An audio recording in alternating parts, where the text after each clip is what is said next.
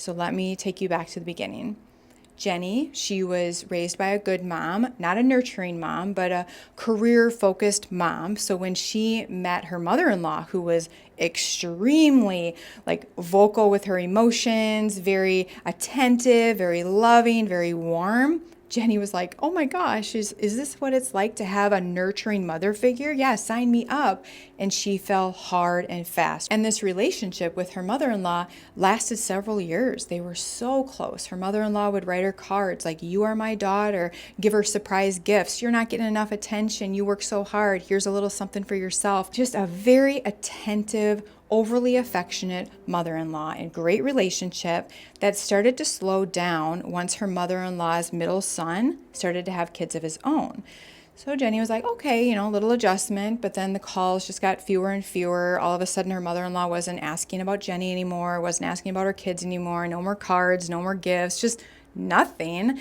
And in that time period, one of Jenny's kids got a serious medical diagnosis, like the ones that would just turn your life upside down. And she reached out to her mother-in-law thinking, well, she's going to definitely take care of me. She'll be very tender with me. And her mother-in-law was basically like, oh, you got it. You'll figure it out. And she pulled away further. Fast forward, Jenny and her husband, they have a teenager. And one night, you're not going to believe this. This is just such a terrifying thing. One night they were awakened, I don't know, they were woken up by a lot of banging. Their teenage son was ambushed by a group of kids. They broke into their house and they were attacking their son. So they're waking up from a deep sleep. They go into the bedroom. Their son is getting attacked. One of the kids that broke into their house has a samurai sword. He turns around and slices deeply into Jenny's husband's arm. So he's bleeding. I mean, if I was Jenny, I'd be like, oh my gosh, are we next? Are they going to kill us? Are they going to do the same thing to my son? So she runs to get her gardening shears, comes back in, whacks one of the kids. They end up fleeing. They call the police, and the system ends up failing them. They end up wrongly accusing Jenny of like attacking a child. She gets charged, arrested, and they spend the next following months just getting buried in debt, trying to fight to clear her name, which they did.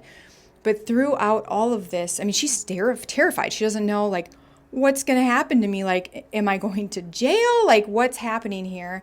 And so she's reaching out again to her mother-in-law, like, oh my gosh, I'm so scared, not knowing that her mother-in-law wants nothing to do with somebody involved with a law like this. And her mother-in-law just said one line, and then she basically just ghosted Jenny for good. She's like, you'll figure it out, you're strong. And then she just stopped talking to Jenny altogether. So months go by, they're figuring all this out. Her name gets cleared. Something comes up with the family, and she hears through the grapevine what her mother-in-law is doing behind the scenes. Not only did she completely drop Jenny, she's telling everybody that Jenny's actually a really bad mom. She's actually a terrible person. I mean, she got arrested. She attacked a child. She's a criminal. So her mother-in-law not only disappeared out of her life after holding her so tenderly for years, she dropped her, disappeared, and then spread a smear campaign around their community, and while she's trying to clear her name, and to the family, making sure that they all know, like, yeah, this is why I don't talk to her anymore.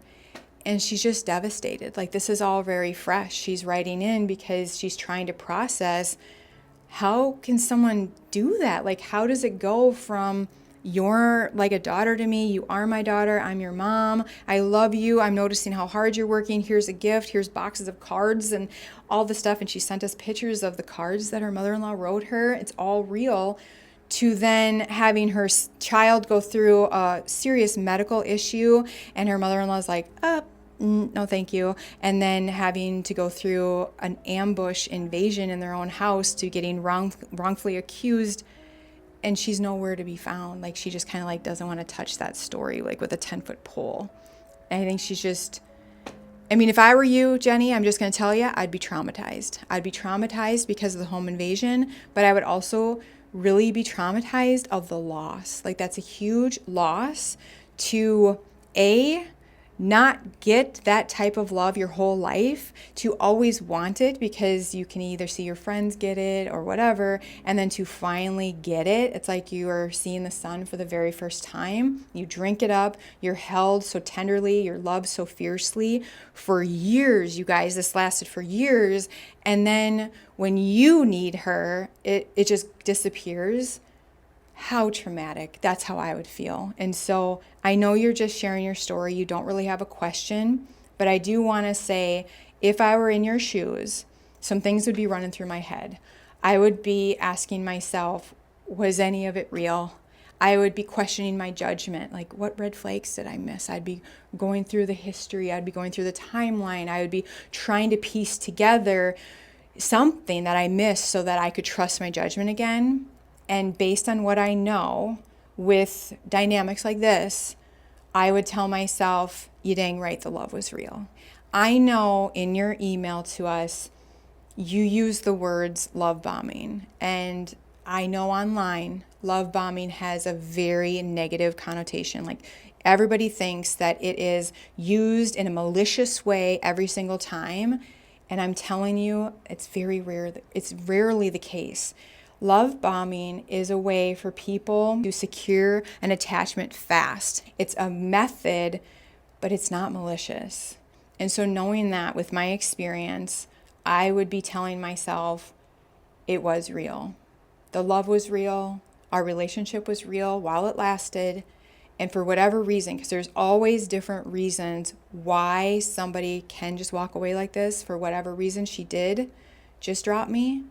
It has nothing to do with me, but it was real. And I would still want to process this with a licensed therapist so that I do keep, I do trust my own judgment and I heal from this betrayal, this loss, this grief, not only from my mother-in-law, but also from the invasion, and from the fact that the justice system, like, you didn't feel like it served you, going through all that.